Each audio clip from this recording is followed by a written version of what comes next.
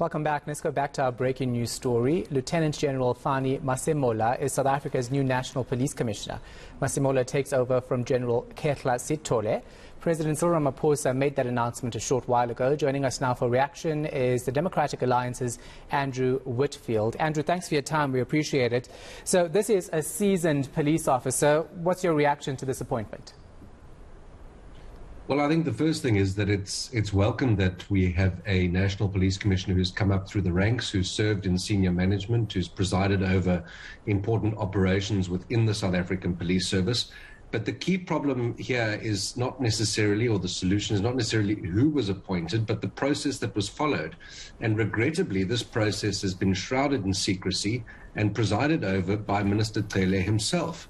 Now, the Constitution provides for the President to appoint the National Police Commissioner, and it appears in this case that the President has deferred to the Police Minister, Khehla, who himself was a former National Police Commissioner and is who we believe to be at the heart of the problem within the South African Police Service. So there are two things that General Masemola needs to achieve. The one is to really chart a course of independence and understand his role as National Police Commissioner vis-a-vis the minister's role, and the other is to deliver results, because it doesn't matter who's appointed as long as the results show that we are turning the South African Police Service around. So it's a bit of a mixed bag at the moment, Shahan, and we are extremely concerned about the minister's hand in this process. Okay, I totally understand that concern, but there were what, 1, 2, 3, 4, 5, 6 other people on that panel that actually made a recommendation to the President on who would be suitable for this position. And let's remember that the President also used the JSC for recommendation on the Chief Justice position. So do you think that Khehla, the Police Minister, would have had the overall say in this recommendation? What would be the point of the other people involved?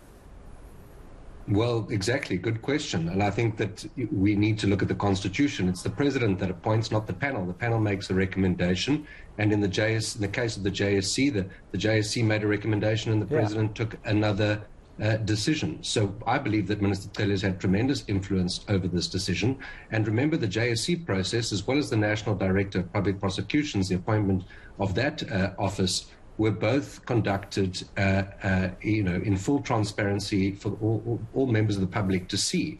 In this case, it's been tucked away in a dark corner of the presidency, and while I respect the members of the panel, or most of them certainly, I don't believe that the minister should have been involved. That, in my view, given the minister's history of interference in operational matters, given his history as a former National Police Commissioner, in fact, a political appointment as a National Police Commissioner, I find that deeply problematic, and I do believe that his views would have carried political sway with the President. Okay, but again, it's just a recommendation, right? They can't tell the President what to do. Let's talk about the job at hand, though, because the President made some very important points about the role of the country's National Police Commissioner.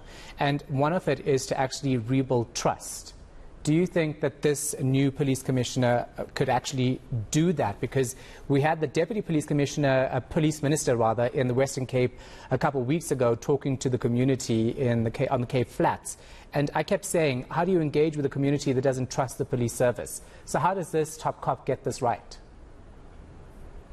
Well, it's a deeply complicated responsibility to achieve, and I agree with you that public trust and confidence in the police is absolutely central to the function of the National Police Commissioner, and it must be a top priority. It would have been tremendously helpful if the process around the appointment and selection process of the National Police Commissioner was open to the public. I think that would have been a huge step forward in building trust and confidence in the public domain with respect to the appointment process, and that would have allowed some confidence to filter down throughout the ranks of the police.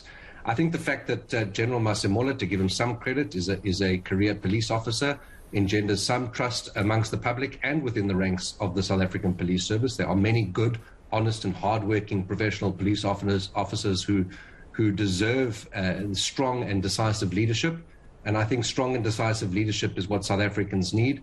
And if General Masemola is able to provide that, if he's able to harness his experience as a career police officer and channel that into that strong, decisive leadership that's required to take decisions to reform the South African police service, in particular around discipline, within the ranks of the police and improve the training of our police officers to keep our communities safe, then I believe that the relationship between the police and the public will be tremendously improved.